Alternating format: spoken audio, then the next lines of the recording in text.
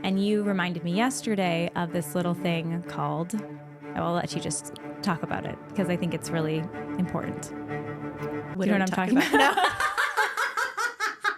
Welcome back to the Lila Rose Show. Guys, I'm really looking forward to today's episode. It's actually really personal, and I hope it'll be really helpful to you personally, especially if you are at any kind of decision-making mode in your life. We are going to be talking today to Laura Brasov, who's a dear friend of mine and a coach. Laura has been a coach for me for over 5 years now, helping me with big decisions that I've made, including decisions that Joe and I have made in our marriage about our purpose, about our mission in life. And there are key tools and a mindset that you can have to help determine what is God calling you to. And Laura has some keys, some secret keys to unlock that have been incredibly helpful to me and many other people. So you're going to love this episode.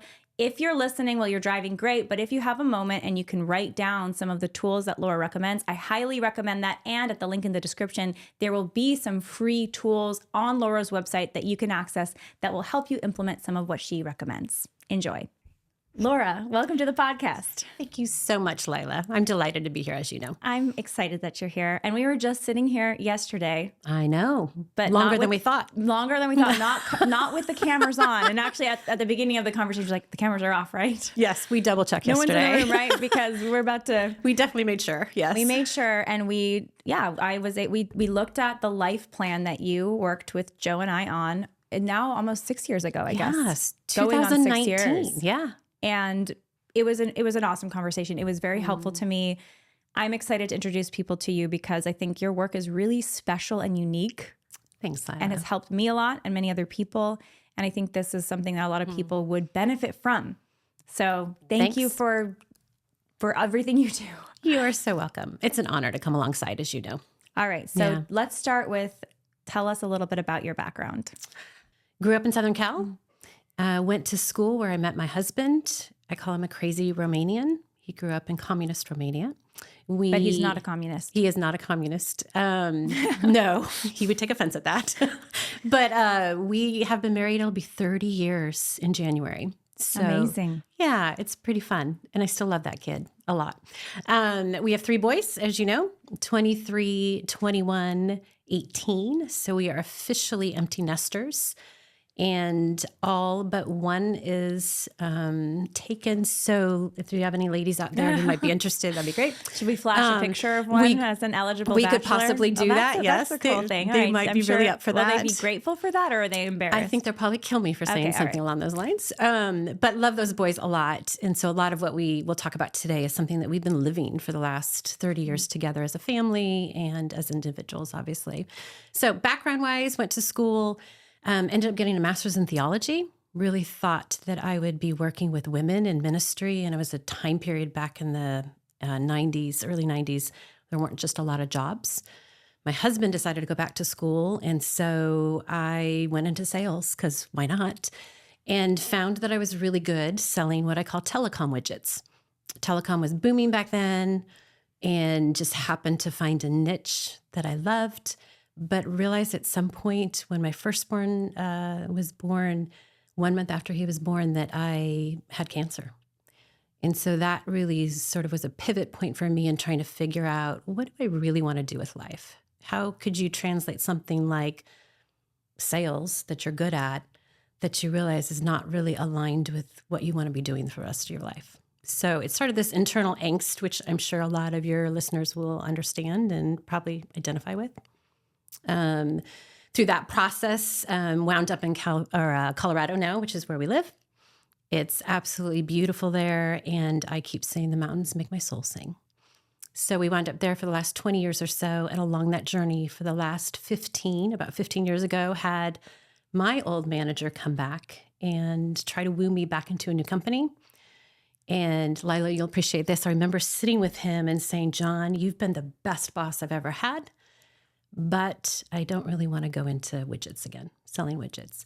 And he very flippantly said, what would you want to do, Laura? And I flippantly back, I might add, said if I could just go with men and women and have coffee with them, give them tools to navigate the big parts of life, including their giftedness, their purpose, their uniqueness, and set them free, release them to go live in that, that's what I would do. Wow. And yeah, I remember his response was just before. like that. And I remember driving north, I'm in Denver at the time, and realizing there's got to be a way to do that. So Adiel and I, my husband and I, sort of set on this journey, got trained in a bunch of things, picked up a lot of tools, looked at a lot of things, and came up with this process now that we call a life strategy session that uses a bunch of tools, but actually helps figure out what to do with the information. There's a lot of great stuff out there that is helpful, but sometimes not practical, or we don't know how to apply it, maybe is a better way to put it. So what I love about the life strategy work that you do is that it is not, there's a lot of stuff in the kind of personal development world that can be gimmicky.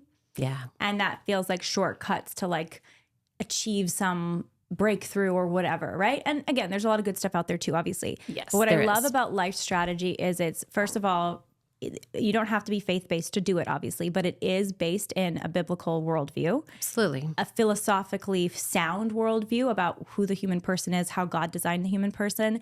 And then what I love that you and Adiel have done, because you're both wired this way, you have picked up these different pieces from other schools of thought and created this approach that is really special. And my husband, who he can be a tough sell on things, especially like in the personal development world. He loves personal development virtue, but he's so analytical. He's so wise. He can smell a gimmick from 1,000 miles away, my husband, and he's very discerning. Discerning is the word for my husband. He's wise and discerning. And when I told him about life strategy, he was interested. He's like, tell me more. And then we flew out to Colorado together right when we were first married. I was pregnant with our firstborn. And we spent 2 days with you. And I remember Joe saying, like, that was really awesome. And the tools that we have now that we have returned to in the last 6 years of our marriage have been truly helpful. So the fact that my husband has given his imprimatur, no, but it just makes me all the more grateful for your work, because it is a very unique thing to have that combination of you're brilliant, and then also your own personal history, and then your willingness to take these different schools of thought and blend something and create something amazing, you and Adiel. It's just very special. So very excited to unpack all of it for folks listening, because there is a lot that is accessible to anyone, which is very cool. Let's start with life strategy session. Yeah. What is a life strategy? Great question. I'm so excited to share about our partner, fountofgrace.com. Fount of Grace creates the most beautiful, handcrafted, exclusively designed necklaces, earrings, rings, and rosaries that make incredible gifts for your loved one. These are hand casts made from precious metals with these beautiful designs that you'll love to wear, or your loved one will love to wear. Fount of Grace is also American designed and made. So this is a family business that sources their product in the United States. And I am wearing one of their pieces here, this beautiful necklace. I have been wearing it for the last few weeks. I think you'll love their stuff. It's delicate. It's beautifully designed. And if you order from fountofgrace.com today, you can get $15 off any order using the code Lila at checkout. So go to fountofgrace.com today and use the code Lila at checkout. You will get $15 off your order and get a beautifully packaged Fount of Grace exclusive piece to give as a gift for yourself or for a loved one. Check them out today. That's fountofgrace.com. So we're familiar with strategic plans for organizations, which we also do. And that's how we met, by the way. Yes, that's how we met, is doing some pro-life planning for the pro-life groups. The pro-life movement. I was with a dozen other pro-life organizations, and we were masterminding how to get the pro-life movement to succeed. But I remember you were obviously there, and then we connected, and I discovered you did these other things for individuals. I'm like, I want to learn more from this lady. So, But that's a great illustration of, we're used to, I think, in the world of thinking through what is a strategic plan for a company, right? Every company, for the most part, either does it or thinks they're doing it or wants to do it, right? So take your pick. We rarely, though, put that same type of dedication and thought process, really dedication to figuring that out for our own lives. And that's a miss, I think, for a lot of people. And a joy when we realize, oh my gosh, we can do this for ourselves too. We can actually pick up these different pieces and learn who we truly are, who God made us to be in our worldview, and then step into it more fully, more activated, more content, because we can stop being somebody else. We actually get to be ourselves. And God is wooing us to be our best version of ourselves. So it's basically a day-long process. It's online. So we do everything over Zoom now. So you can be anywhere in the world. It's an 8.5 hour, we call them intensives. At this point, I have probably facilitated close to or over probably at this point 1,000 of these with men and women. And we look at basically 3 broad categories. So we look at clarity first. We get really clear on your giftedness. So if you recall, we look at things like talents. How do we make sense of your story? How are you naturally wired to think that, by the way, might be different than your spouse or your kids, right? What are your own values that you bring to the holistic self, right? For yourself, for your spouse, for your kids, for how you maybe parent, for work, for the community. And we basically look at this for about half the time together. So we get really clear on the truth. If we believe that the truth sets us free, we have to understand what is true about you, Lila, that is different than Joe, right? And then after lunch, we take a quick break. We move into what we call alignment, which basically means now how do we put it all together? So it's actually helpful. And that piece, we really work on purpose and vision and sort of vision cast of what could be if we were hand in hand in partnership with God and moving forward. And then the last piece, we put together a plan. We start moving towards what we call momentum. And so parts of that is just filtering, right? Often we have lots of different options. Which is the best, right? How do we sift between good, and best? And sometimes they all look good or they all look bad, right? How do we actually step into that with a clear-headed mindset that is based on the giftedness of what God has shown us? And so if you recall, you walk out with a plan at the end of the day, you're exhausted, and it tends to be really life-giving. All right. So I want to start with the premises, these sort of core principles that this approach is all based on, that are true about what is possible for the human person. Because there's some things that you even just said that I think are really powerful, but maybe some people may take for granted, or maybe they haven't really meditated on, like, this is true about me as a human person. And one of the key points that I know the life strategy sessions is built on is this idea that every person has a purpose. Yes. A unique purpose. I mean, we all have this shared purpose to love God, love other people, all of this stuff, right? Absolutely. But every person has a unique purpose of how they are meant to live out their gifts and their unique calling in the world. And some people are like, well, sure, but God gave us free will. And as long as it's a good thing you're choosing, generally speaking, you can't really get it wrong. You know, like there's not like God said on day, 1059 of your life, you're supposed to do X, Y, or Z. And if you don't, then you're outside of God's purpose. I mean, these gets into these questions of free will. The theology of it all. Theology of it all. And I know as the theology masters over here, you appreciate all that. But I think it's important to speak maybe like, let's talk about that more, because when I think for me, when I had the aha moment, and this was early on in my life, and I think it was a gift from God, that God had a plan for me specifically, and that I was given specific talents, and that God also allowed my life, like the good and the bad, and that formed me, both the wounds, the opportunities, the privileges, the struggles, and that all of that God was going to use for my good and for me to do my mission for God and others. And when I had that as my operating principle with any decision that I made, everything already became more clear. So I'd love just to hear your thoughts on that, because I think people need to really know that in the depths of their soul for them to, I think, take more seriously this idea of understanding oneself and one's talents, one's struggles, one's history, and then deciding that, yes, there is specific action that I should take to direct my own life towards a larger goal, if that makes sense. Yeah, no, it totally does. So the Bible's really clear that we're each made uniquely. A lot of that is what we find that the work we're doing, right? And I think it actually speaks to something deep in our soul that is God-given, by the way, that we yearn to unpack that. We yearn to know what that is in a world, we were talking about it right before this, where everybody's trying to look the same or do the same or show up the same.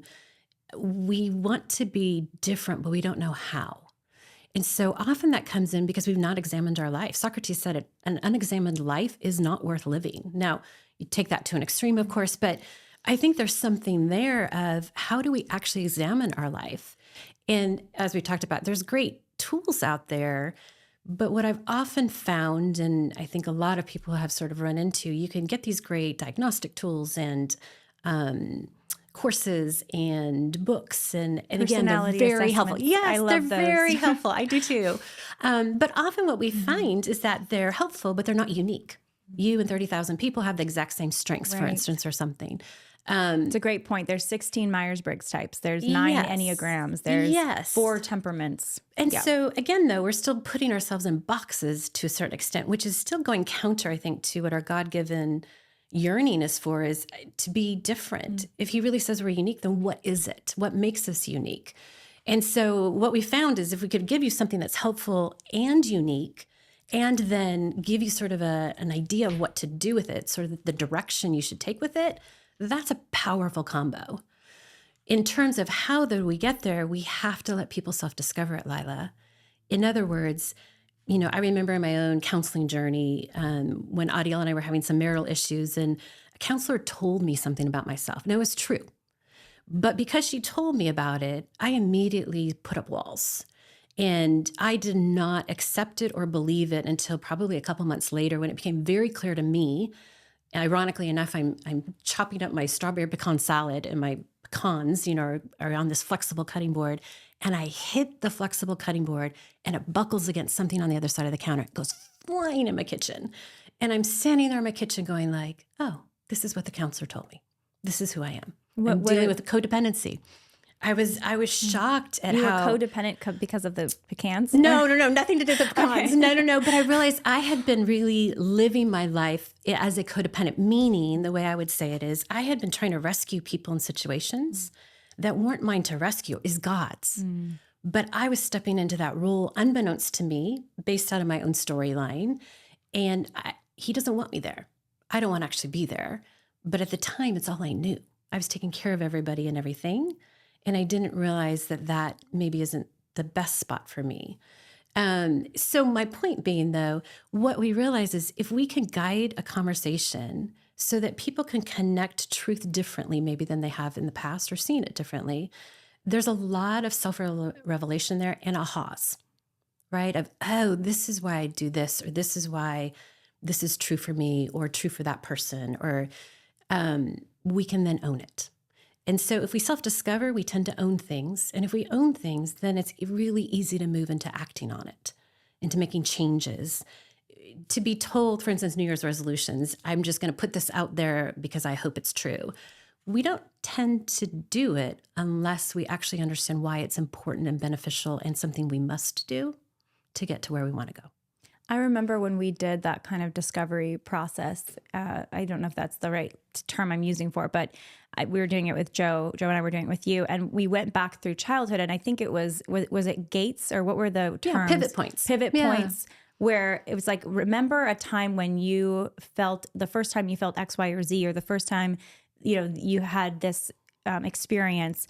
And I remember we had the maps, and you had this papers up of actually time coding where in our childhoods and adolescence and even college life certain things happened that were very meaningful for both of us, on our different tracks, but that maybe we didn't realize were as meaningful as they were.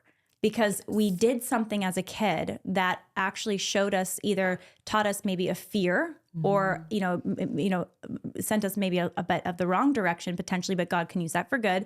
Or we discovered we had this ability. It's like the kid who goes on stage the first time in musical theater as a little kid and sings their heart out, and they never forget the way they felt on that stage. And that's the kid who later on says, I felt I was born for the stage. I just loved anytime I got on the stage or I acted, I loved it. Or the kid who, for the first time, they got to, paint with certain paints or create certain things, and they just felt so affirmed because they had a talent for it. And people said, what a great drawing. There's these certain moments, especially around our talents, and then also around our fears, some of our maybe other even hangups, where they help define the way that we see ourselves. Absolutely. And that has a huge influence on the choices that we make later on, whether we realize it or not. So what's so cool about what you do is you help people realize, well, why are people choosing? Why did you go to this school? Why did you pick that major? Or why might you pick those things? Why might you pick that job? Why might you pick that spouse or pick that person to date? And it always connects back to these core, I think, talents. And then also, the language better than me. I'm talking too much because I'm excited about this, but you. Well, and I think you hit on a good point, Lila, is that It's important that who we are is grounded in what we know to be true of our story. We can't just say, oh, I want to be an actress, right? Or I want to go to the moon, or I want to start a business. If we actually don't have some of the storyline that supports why we want to do that, do you have the giftedness to go there? And so it's one element, but it literally is the groundwork on which all the other tools that we use are based in. So if we could understand maybe inner vows sometimes come out of our storyline that might not be great. Sometimes we call what we call distraction systems, right? We pick up some ways to help us survive our childhood that actually hinder us from thriving as adults. So we need to get clear on some of that stuff so that we can say, okay, this is not true, or this is what I picked up, or this is the story I told myself along the way. But God has a different story in there. And so I think even when we go through pivot points, we also notice, wow, there's a lot of beauty and there's a lot of joy. And there's a lot of darkness and there's a lot of pain. I often say, you've heard me say this, what I love about my work is we get a front row seat on what God's doing in the hearts and lives of men and women around us. And my team and I, we also get a front row seat on what Satan's been doing. And he's pretty active too. But the beauty about that is stepping into that and seeing, what do we do with that information? And what you mean when you say Satan is active, which he is. We have exorcists on the show. We talk about the spiritual battle we're in. But when you say Satan is active in people's lives, you're not just talking about like, oh, I have a bad temptation. You're talking about mindsets that people are operating under. He's crafty. I mean, when the Bible calls him a serpent, it is valid and true. It seeps in sometimes even when we're 3, 4, or 5, right? Had one client, for instance, who grew up in a Christian home. There was some chaos in the home. She was living with her grandma and was going home after school to the grandma's house, which is only about 2 blocks away from elementary school, but past an old dilapidated building. And it was apparently the trend to go run and touch the building and prove that you were strong enough, brave enough. And so she decided she was going to be braver than that and walk in. Well, she unfortunately was abused inside by a homeless man. And in the midst of that has defined her whole storyline. Don't try anything new because you're going to get hurt. But the reality is when we sort of looked at that, realizing where was God in that situation, and I remember this one, Lila, God literally, what she recalls sort of in glimpses, or the feeling she got, was that God was actually closing her ears, closing her eyes, and holding her. And so it completely changed that storyline to how can I be who I am, which is take risks, and trust that God will still be in control of that. And it's not easy to make sense of those things. They're quite painful, obviously, but there's a way that can be redeemed from God's economy. And that's a lot of what we do. Do you have, that's incredibly powerful. Do you have another story or example of how you found sort of the pivot point, self-discovery to be really groundbreaking for somebody?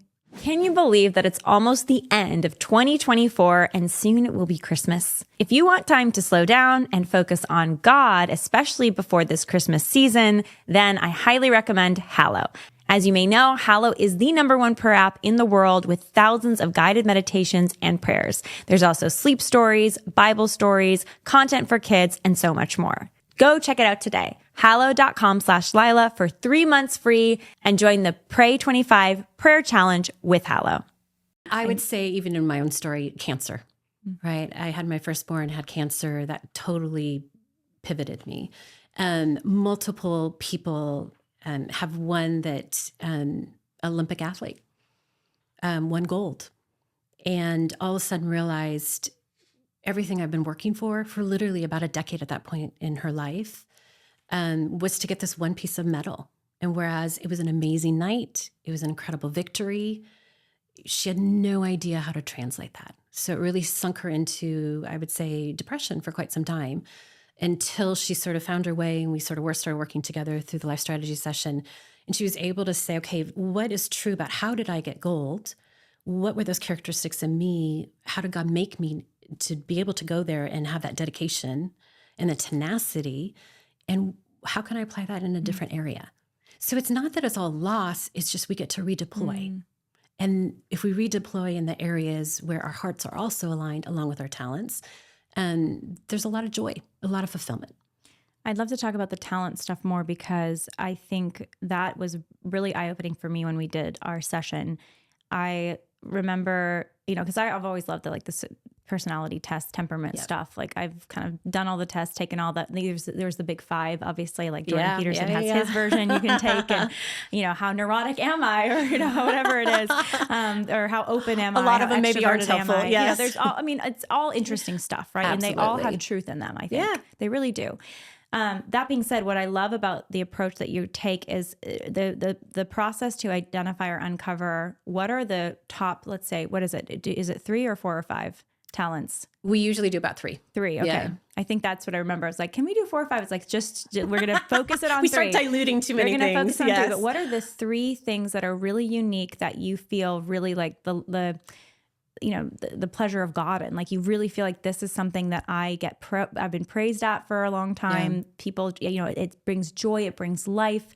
There's a natural affinity to it. There's a natural ability there. And I think identifying those and getting as specific as possible too, I think is powerful. Yes. Because there's something that you do, I think can be really life-changing. And I want to just, before hearing you share about that, go to the Bible and in Matthew, and I know you use this in Matthew 25:14, it's the parable of the 14 to 30, the parable of the talents. And I just want to read this because I think this is one of the things that has both haunted and encouraged me. These verses, it haunts me when I am not virtuous. And I know that I am slacking on using this one precious life to do work for our good, loving Father in heaven, with the talents that he entrusted me with, because there's a trust that God has given each person by investing the beautiful things that he gives each one uniquely, different from everybody else. And if we're not using them in faith for him, there's a cost there. And so it says, his master, so they're talking about the parable of the talents is the different servants who are given different number of talents. And it says, for it will be like a man going on a journey who called his servants and entrusted to them his property. To one he gave 5 talents, to another 2, to another 1, to each according to his ability. So everybody got something different. Then he went away. And then it says that he who received the 5 talents went at once and traded them, and he made 5 talents more. And then the 2 talents made 2 more, the man with 2 talents. And then he who received the 1 talent went and dug in the ground and hid his master's money. He buried it. And he had just the 1. And he was, because he was afraid, because he was maybe upset that he only had 1, who knows, or whatever, he was distracted. He buried his talent. And then they go forward to the master, the guy with the 5 who made the 5 more. Master, you delivered to me 5 talents. Here are 5 more. The master says, well done, good and faithful servant. The guy with the 2 says, here's my 2 talents and the 2 more. And he says, well done, good and faithful servant. You have been faithful over a little. I will set you over much. Enter into the joy of your master. And then the last guy says, Master, I knew you to be a hard man, reaping where you did not sow and gathering where you scattered no seed. So I was afraid, and I went and hid your talent in the ground. Here you have what is yours. But his master said, you wicked and slothful servant, you knew that I reap where I have not sown and gather where I have scattered no seed. You ought to have invested the money with the bankers. At least I would have had interest. So take the talent from him and give it to the one who has 10. For to everyone who has will more be given, and he will have an abundance. But the one who has not, even what he has will be taken away. Powerful. I know you return to this a lot. Tell me your philosophy around this, and then how you apply it, how people should apply it. I love this part of it. So here's what's really interesting about those collection of verses is Jesus is speaking to his disciples, right? So he's talking to them about talents, for instance, at that time was a significant sum. It was about a month's worth of wages. So it's not a small endeavor to do this, but this master was also very unusual in the fact that he's letting his servants have these investments while he's gone. That wasn't necessarily the case or the typical pieces of that day and age. So what's fascinating, though, is, I used to always come to that verse and say, it's 5 talents, 2 and 1. It's like pieces of candy, right? And I have 3 boys.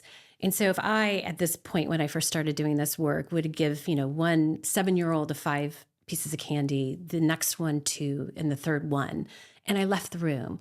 Lila, I can guarantee you there'd be a squabbling mess. There would be wrestling. There would be candies flying against the wall. I would hear things like, why'd I get, only 1 and I got 5? You could just picture it. I mean, every mom, I think, can get this if we're real, right?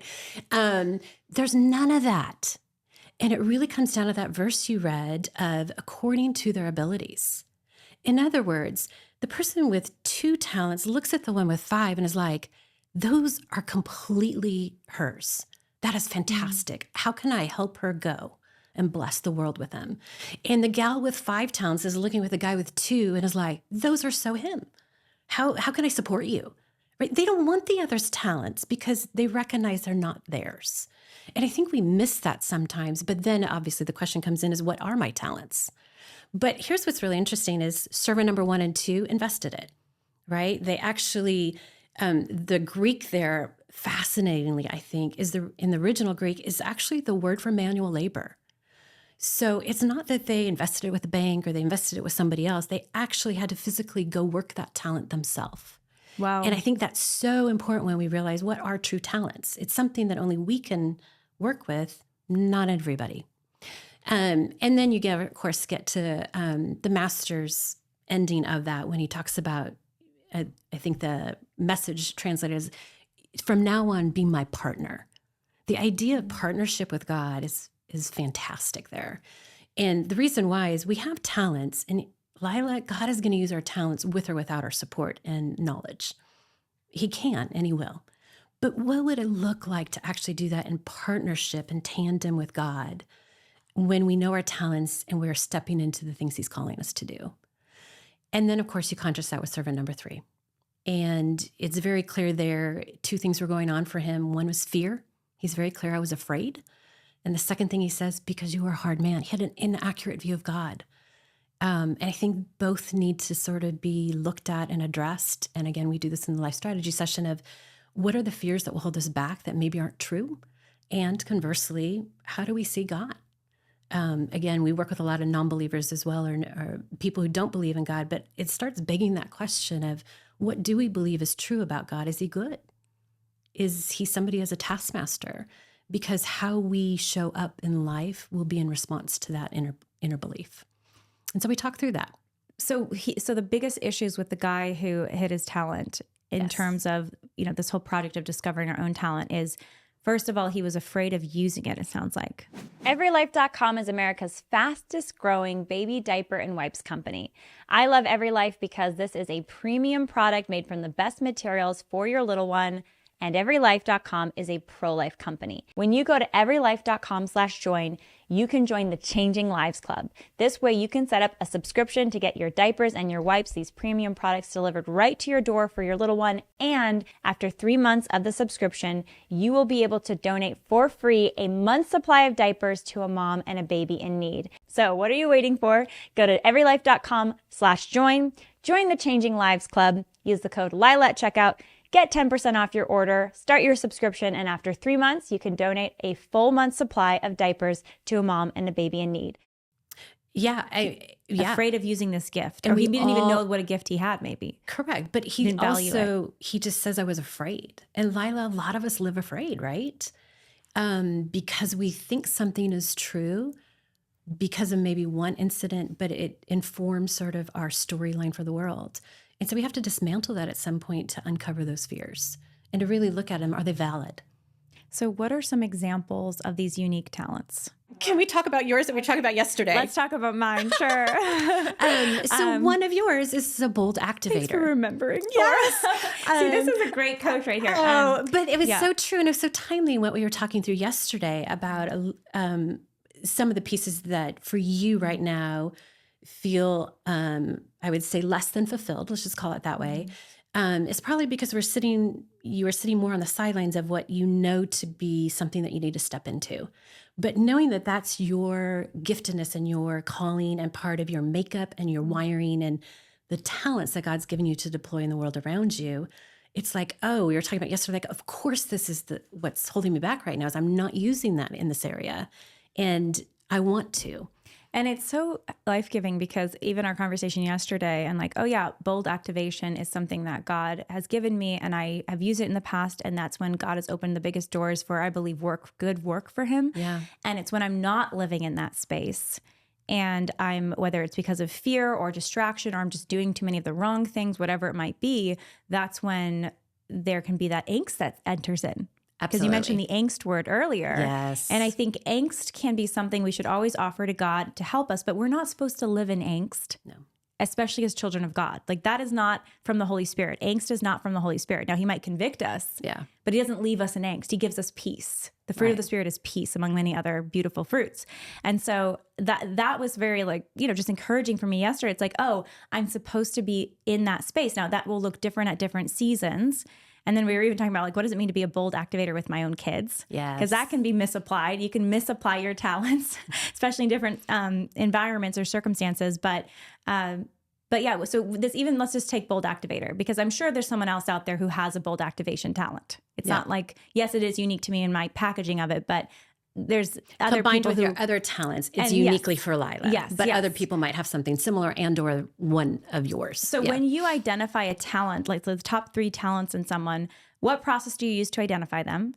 And then how do you define them? Yeah, great question. So it's, I could talk about this all day. It's a fun process of discovery. So we look at things like, what are your passions? What's true about your experiences? How would people describe you? What do you actually really love to do? Where are you most alive? And what we start doing, it's literally a treasure hunt. We've designed a system, an app, basically, where you sort of walk through this process and come out with 3 key talents that actually take sort of the presenting pieces of what you're really good at in terms of strengths, but actually goes deeper in terms of what's really true that might show up, yes, in that strength, Lila, but also in that experience, in that job that you really liked. Maybe it wasn't there in that previous position or with that person you were dating back then, right? And so it becomes this like non-negotiable of, if we can sort of take the time and really dialogue about what is true about that treasure hunt that we're going to discover those 3 talents. They should be completely unique. They should be completely standalone. So you could maybe have one talent as you're parenting your kids this morning, but maybe then as you're talking to your husband later, you employ 2 talents. Does that make sense? So it's not all the same. It's not always continually present. But when we can step into life through the lens of our talents and we are over the majority using at least one of those, we feel alive, we feel fulfilled. And so it could be everything from an intentional creator, a strategic connector, a visionary strategist. It could look like some type of an achiever. And again, it comes out of the person. So, there's tons of different ways it could come out. There's thousands of different ways that it could be uniquely applied. And so if you recall, it's a dialogue. We fine-tune those. We look at what's true. And we need to look back in our storyline and have multiple examples of how this is playing out to the point where you and Joe, because working with you guys as a couple and with other clients, you know that this is absolutely the core essence of your talents. You can't help but. And really what I'm looking for as a guide in this whole process is, are you lighting up? You can't help but smile because you know it's true. And can you not help but give me example after example of where that was at play? That's how we know the talent is there. Now, do we change a word or 2 in 20 years? Sure. Right. But if we look back from a worldview perspective, wouldn't God want us to know how he's created us uniquely? And a key piece of that is talents. And then if we take talents and along with some other tools like mission, like where's our heartbeat for, thinking zone, core values, things like that, we can all of a sudden start putting that together and figuring out what's our unique purpose. How do we sort of synthesize it together in a way that God looks at us and is like, this is who she is. This is who he is. There's a few other things you mentioned that I want to make sure we talk about in this episode, which are the core values And then also the thinking wavelength. Thinking wavelength we have used at Live Action for years. It has been so helpful to my team. Yes. Excuse me. It's a thinking zone. I love the thinking zone. I think it's so useful, and I've used it for years. And then I do it as a dinner party trick. Sometimes people are over it. I'm like, let's do your thinking zone. And they are like, okay. But people really don't know what to do and with we've used it at Lila. Live Action for years too. So it's been super helpful in helping understand the way that someone's wired to think when it comes to work or personal life, and why some things are harder, some things are easier, with the goal being in your sweet spot. So I want to hear you, I'd love to hear you share about that. Absolutely. So keep in mind, we're all naturally wired by God to think through, process, do life in certain different areas in terms of how we're naturally wired to show up. And so there's really two axes we've realized after working with, again, thousands of clients, which is really a lot of people are very concrete thinkers and some others are very conceptual thinkers. So that's sort of one extreme. But then you also have folks who really start their thinking process from a place of collaboration. They want to sort of dialogue with somebody and then be released to do their own independent work. And you also have others who are best when they do their own independent thinking and then can come and collaborate. Sometimes I say be forced to collaborate with others and actually share that thinking and mind that thinking. And so what we've realized along the years is if we know who we are in that thinking zone, and we can relate that to a role, we want to spend about 70% of our time in that role, or we'll start hearing things, Lila, like, we're stupid. This is beyond her or him. Or you have true. ADHD. Yes, but you're not in the right role. And to recognize like there's something wrong with you and that you need to be medicated. Or, I mean, again, there's some real legitimate health issues where people need medication for it. But absolutely, my point is, if you're not in a kind of work or a lifestyle that you're in your thinking zone, you said 70% of the time, you can start to feel really burnt out, really drained, or you can literally physically get sick. Absolutely. And we often say if you are 80%, if you're 70% outside of your thinking zone day in, day out, in your role in particular, you have about 18 months before you're either going to be fired or you will quit. So take your pick. So sometimes that is the presenting issue why people are come to see us. They know they're in the wrong role, but they don't know why. And that often can be a huge aha. But here's something interesting too, is how often, Lila, do we have friendships or siblings or kids whose thinking zone might be different than ours, and we spend so much of our time and effort trying to get them aligned to how we are naturally wired to think and do life, that we've actually stopped missing the beauty of who they are. Now, with kids, for instance, God in his infinite wisdom gave us as parents.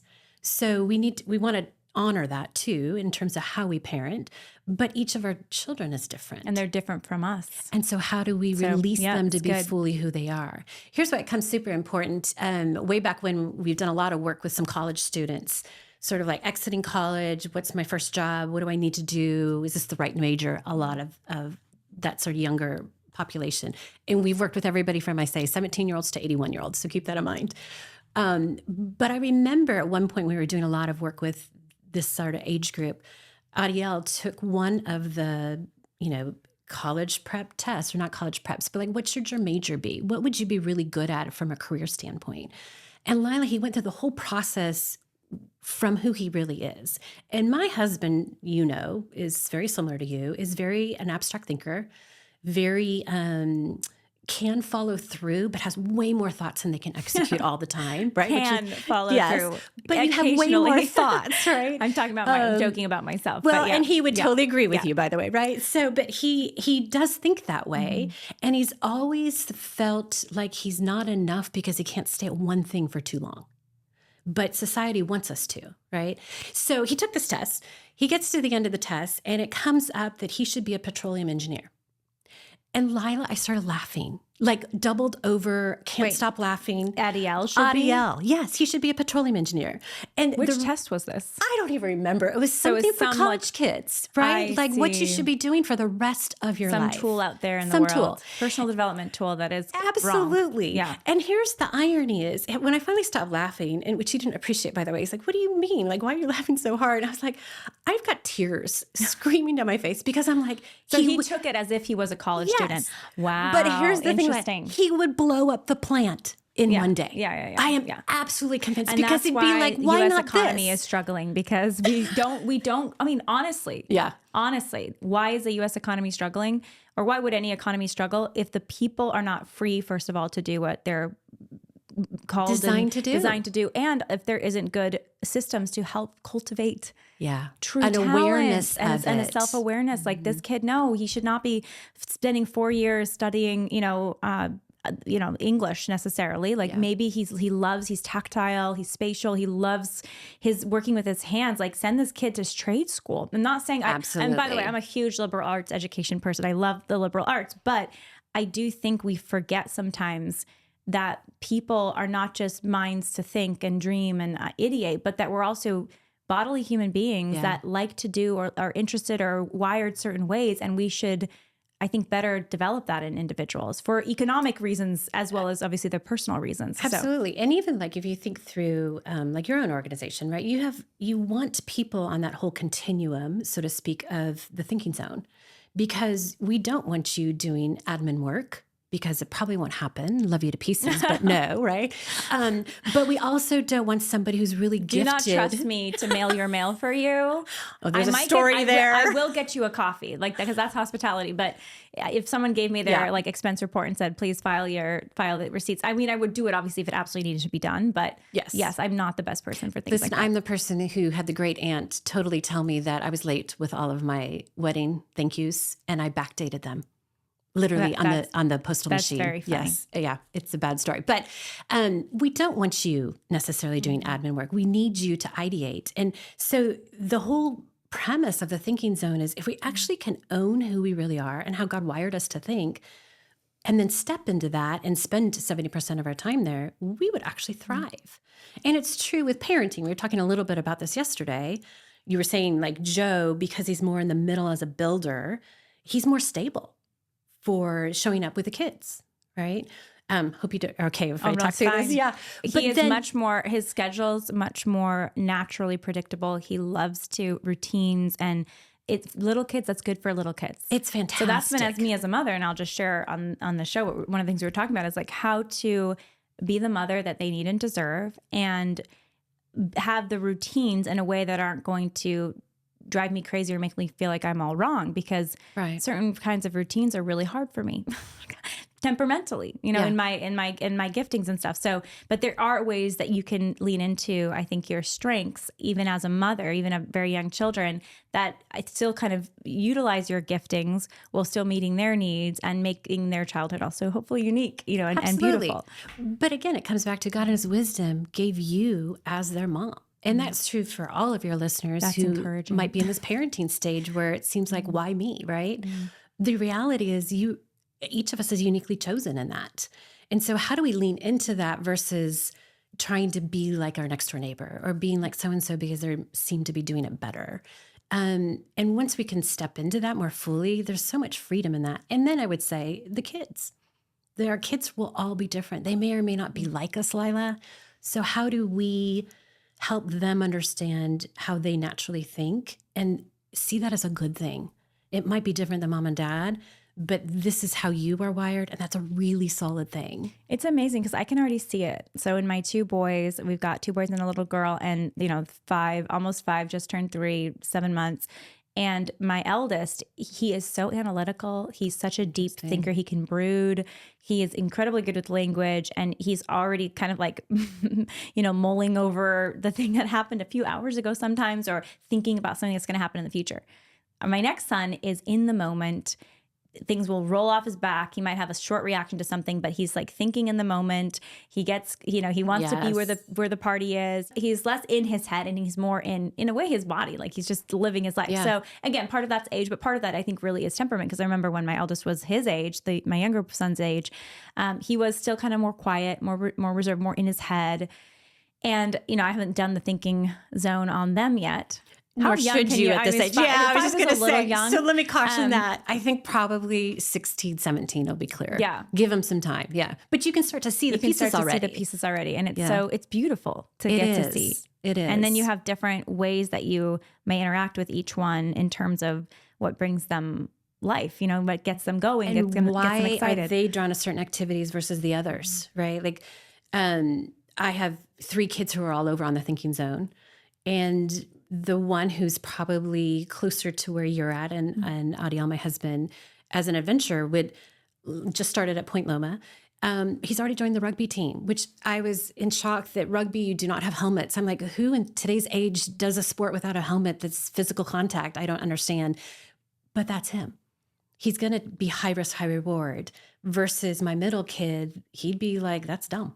Like, why would we do that, right? And he's right in some context, right? And he is. That's why we need everybody. We need the person saying we should try to go to the moon, the Elon Musks. And then we need the people that say that actually is probably a dumb thing, or let's make sure we do X, Y, and Z before we try to do the crazy thing. And can put the thing together. And then the other side of the wavelength from the crazy adventurer is there's different names for it. Detailers. We call them detailers. We also have protectors so detailers really like very concrete things, really thrive in being in the weeds, could stay at the same job for the rest of their lives, don't want change.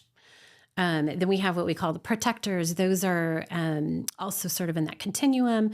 They'll like a lot of structure, but they like what I call the crazy lady every day, like one-off to keep them on their toes, right? To keep them learning, growing. And then we have the supporters, and those are the cheerleaders. They still thrive in the concrete world, and knowing sort of the details. They are best operationally, but they have a little bit more of an ability maybe to really want to have a team in terms of how they process what they're going through versus as an individual. And then you have your builders, which is where Joe is sort of on this continuum where they can see and appreciate both ends of it. So they thrive sort of in this concrete piece of wanting the details, wanting the specifics, and knowing what is needed of them to deliver. They make great chief operating officers. They do. They make fantastic COOs. But they can sort of see and appreciate what's around the corner and know that we need to change things today to get there, which is a great COO, right? Because they can sort of see and appreciate both ends of this. Then as we keep going around the continuum, we also have discoverers. And they like to know sort of what's happening in the future. They're more developmental, more opportunistic, but they also want to start their thinking process very collaboratively, and then again move towards independent work. But they want to know what that big goal is so that they can go get it. But they need to know what they're shooting for. Adventures, where you would find yourself, is really somebody who's, sort of the sky's the limit, starting your thinking process more from an independent standpoint, moving towards collaboration, thriving more not in the details. That's the worst thing we could do for you, but helping you to really thrive in sort of ideation and conceptualizing. And then last but not least, we have what we call our innovators. Those are sort of those people in the world that think, why build a car if we can go to the moon, right? Thinking out of the box so conceptually that often it's hard for people to track sometimes. But we need those people to keep thinking, not just how do we reinvent what we're doing, but actually how do we go back and re-ask the question differently. And those are what we call very on the different ends. Where are you, extremes. Laura? I'm a discoverer. I'm a solid discoverer. And it makes so much sense for my sales background.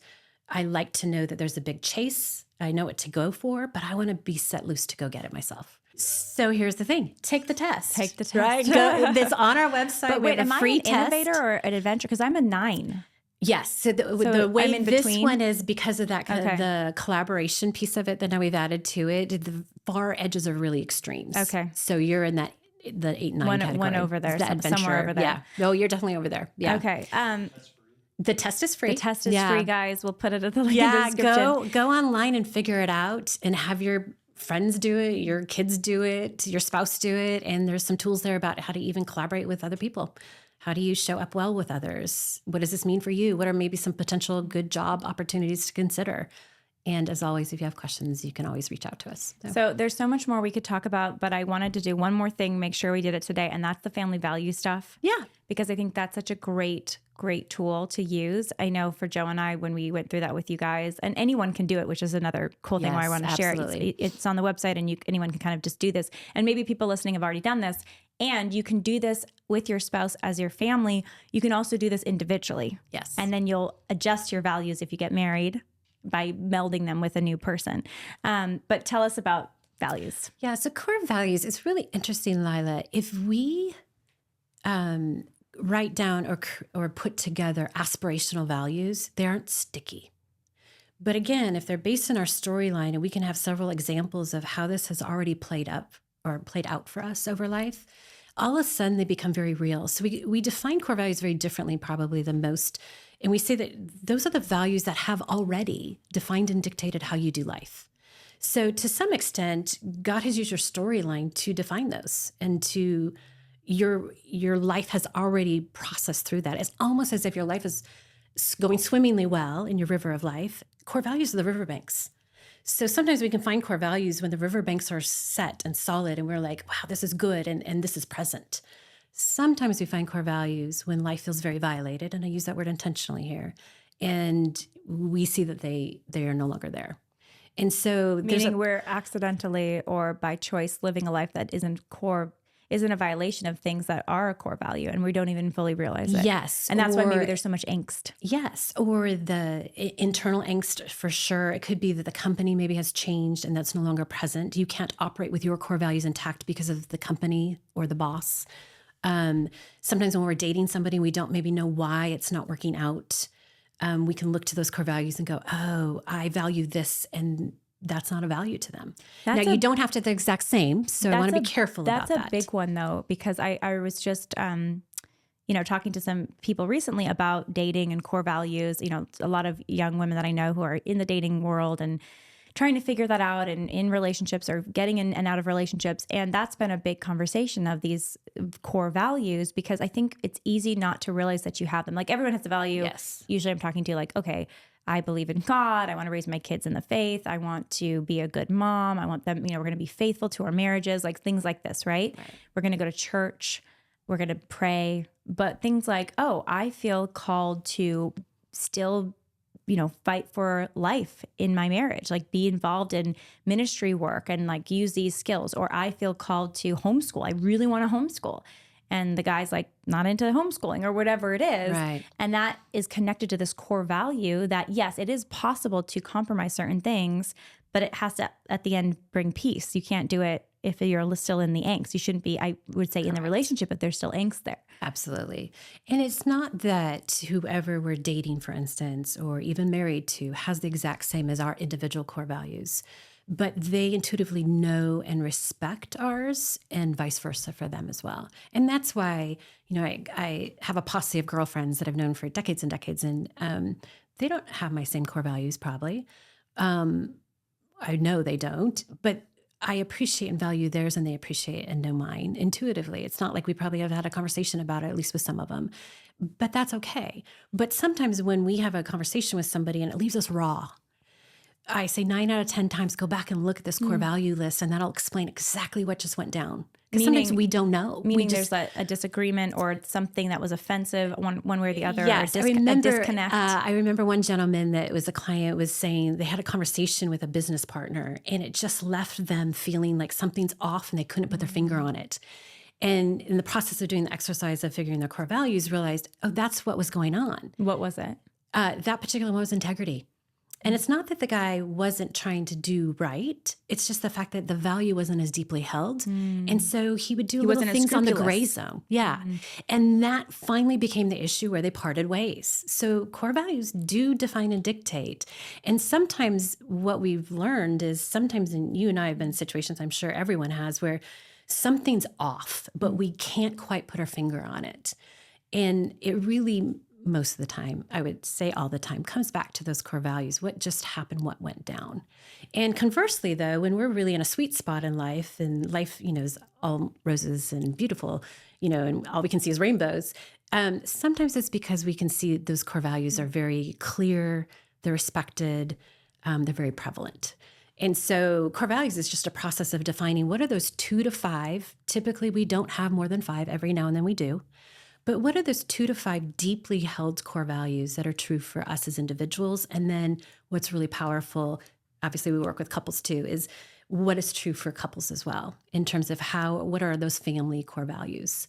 And those can be really fun when we start to realize, how do we parent out of them? Because if these are our family core values, then what we really care about is how to instill that versus just throw them up on a wall. So can we throw them up on a wall? Absolutely. But how do we actually parent through the lens of our core values? So 2 quick examples I would say is One would be integrity, right? So if we have kids that are in curfew age and high school, let's say, and we're trying to figure out what those healthy boundaries are, it's not just mom and dad setting up curfews. It's, hey, kid, let's talk about what can happen with integrity past certain hours. Is this consistent with who we are called to be as the Johnsons, let's say, right? So we can start inviting our kids into that process. After hours is when you go to Denny's and you order the extra large stack of pancakes, and you did not need to do that. That's a great case too. That's a perfect illustration, right? Could be that. No, totally. That was my youth. I mean, it was like in high school. That was the fun thing to do: is go to Denny's. It was open 24/7, and have that whole stack. And yes, the absurdly delicious and gross pile of pancakes. Are Denny's still around? Yes, of course they're still around. Aren't What's they? the IHOP? I think that's changing. In any case, yes, IHOP. You could be IHOP, but Denny's it will always be. Yes, Denny's was it. The best. Yeah, but anyways, conversely, like one of our core values, we did this super young with our kids. We called it Hug Ya because at the time our youngest was 5 and couldn't remember: honor, uniqueness, generosity, integrity, and adventure. Mm-hmm. And we live in Colorado. We have a family cabin up on the other side of Trail Ridge, which is the highest road in the contiguous United States. So it goes from Estes Park to Grand Lake, which is where the family cabin is. And we're in May where I'm in mom mode. We left too late. I need to get them there before they get hangry. I've got 3 boys in this van.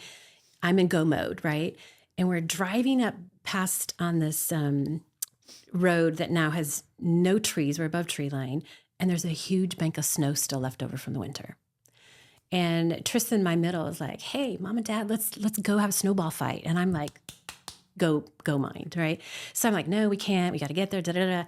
Long story short, out of the back of our van comes a small, still voice, and he goes, hey, family, what's our core values? The 5-year-old. No, this is the 7-year-old at the time. This is Tristan, who really wanted to do the snowball fight. And Adiel and I looked at each other and we're like, it's adventure. We know this.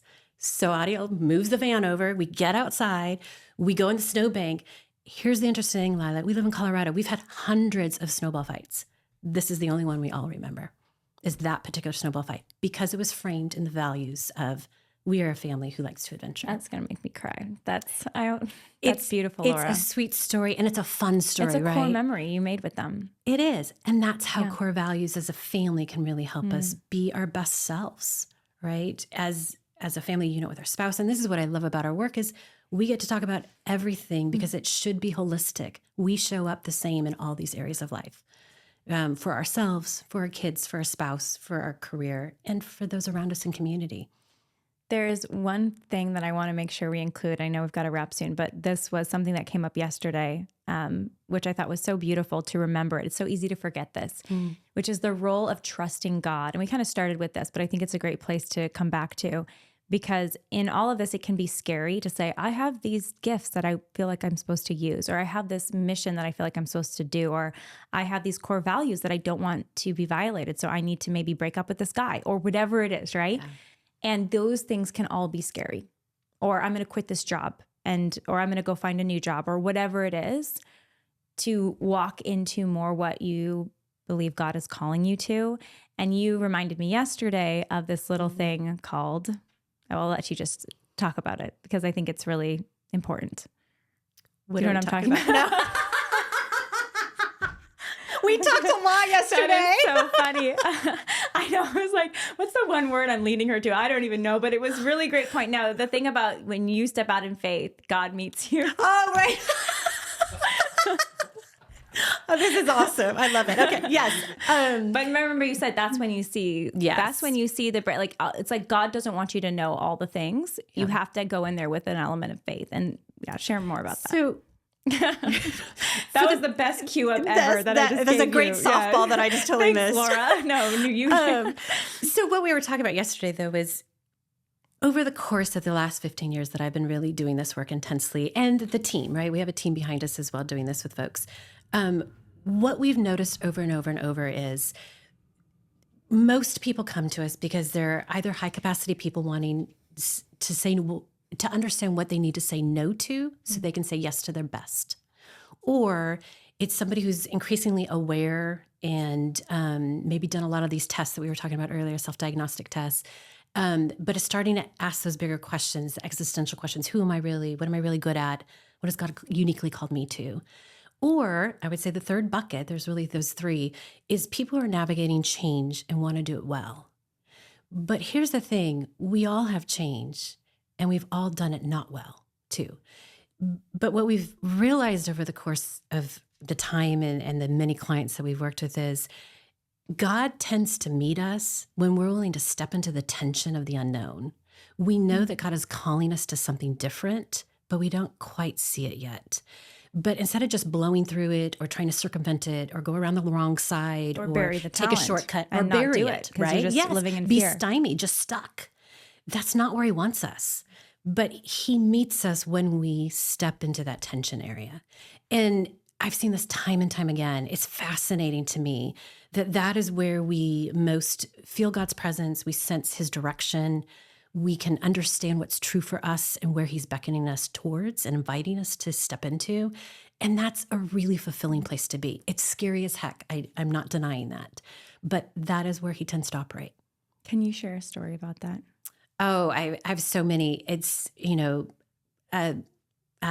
somebody who had a client who realized sort of really wanting to be with her kids, but also her kids are about to leave the nest, but has this talent for entrepreneurship and wanting to really invest into lives, and then formed a painting company with her daughter because she could be with her daughter while they were painting rooms. Now the kids are all out of the nest. The daughter, ironically, has her own child.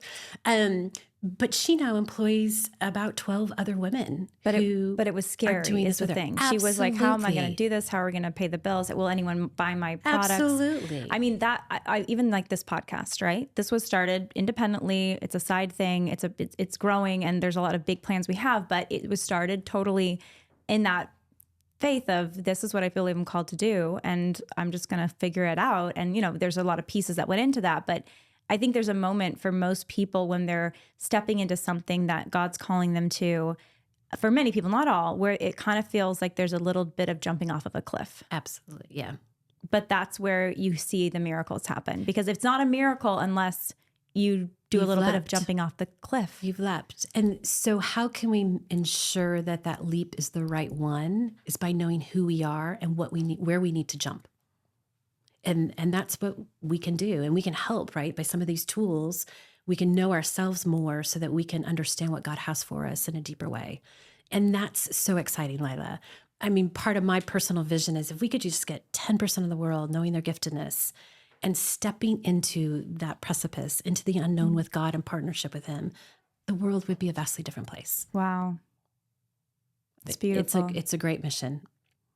Thank you, Laura. Yeah. Thanks for having me, amazing. Lila. Oh, I think the world of you. You know that. Thanks for letting me put you on the hot seat. Absolutely. It's all fun. That was great. Thank you. And where can people find your work?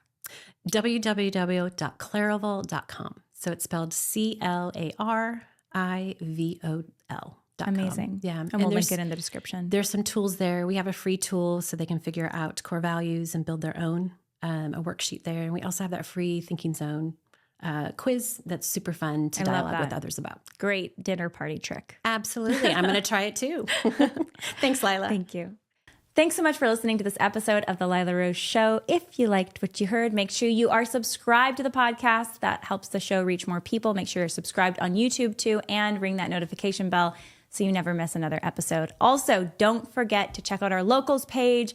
That is where people come together in a small community and we do some fun stuff. And this also helps fuel the show. That's also at the link in the description. Thanks so much, guys, and we'll see you next time. A huge thank you to our partner, EWTN. EWTN is the largest religious network reaching millions of people with the truth of the faith, entertainment, and news. Check them out at EWTN.com.